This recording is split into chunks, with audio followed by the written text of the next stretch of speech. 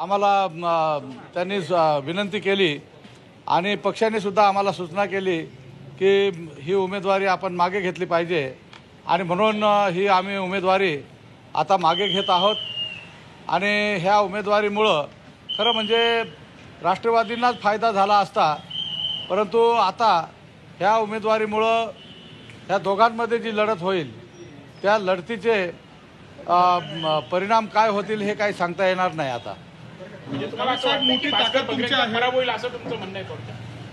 नाही, आम्ही पहिल्यापासून म्हणत होतो की भास्कर भगरे लोकांमधला उमेदवार नाही आहे, त्याला प्रयत्न करून आपल्याला निवडून आणावं लागेल आणि त्याच्यासाठी इथं सगळे लोक एकवटून कामाला लागले तरच भास्कर भगरेचा यश म्हणजे शक्य आहे, अन्यथा ते पण अडचणीत येऊ शकतात। अशा प्रकारची परिस्थिती एकंदरीत मतदारसंघामध्ये आहे। अमृत नोनी गॅस्ट्रिन, अपचन, ऍसिडिटी, गॅस्ट्रबल ह्यापैकी तुम्हाला कुठलाही गॅस्ट्रिक प्रॉब्लेम झाला, उपाय एकच, अमृत नोनी गॅस्ट्रिन। आम्ही तर पाठिंबा दिला। पक्षाने आम्हाला सांगितलं की राष्ट्रवादी पक्षाचे उमेदवार भगरे यांना आपल्याला पाठिंबा द्यायचा आहे।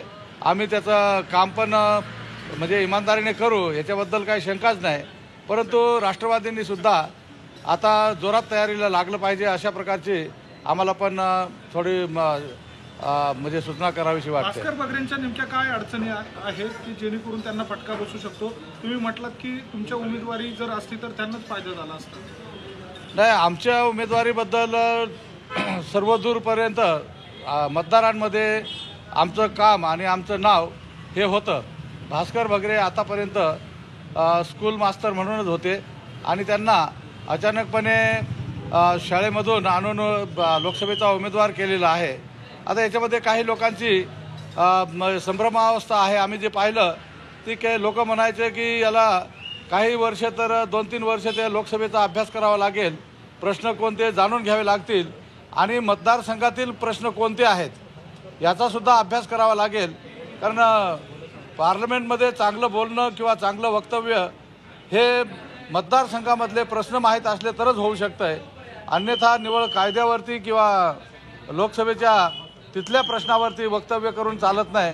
आणि म्हणून आम्हाला वाटतं की काही लोकांची आताही आम्हाला फोन आले की तुम्ही मागे घेऊ नका, परंतु आम्ही पक्षाचे बांधलेल्या शिस्तीचे आहोत आणि त्यामुळं पक्षाने आम्हाला जो आदेश दिला त्याप्रमाणे आम्ही आता मागे घेतोय। शरद पवार आणि तुमची भेट झाली, विधानसभा वगैरे तुम्हाला काही लढवायचं पुढे काही शब्द नाही, तसा शब्द वगैरे काही दिलेला नाही आणि त्यांचे शब्द किती वेळ म्हणजे किती गांभीर्याने घेतात ते आपल्याला माहीत आहे, त्यामुळं कोणाच्या शब्दावरती पण आम्ही विसंबून राहिलेलो नाही।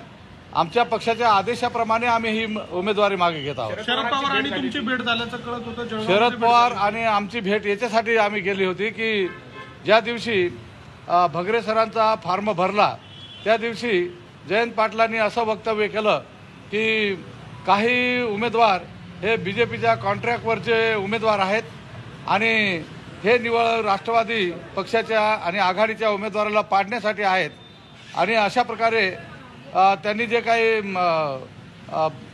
आपले वाच्यता केली तर आम्ही त्यांना म्हणत होतो हे एका अनुभवी प्रदेशाध्यक्ष राष्ट्रवादीचे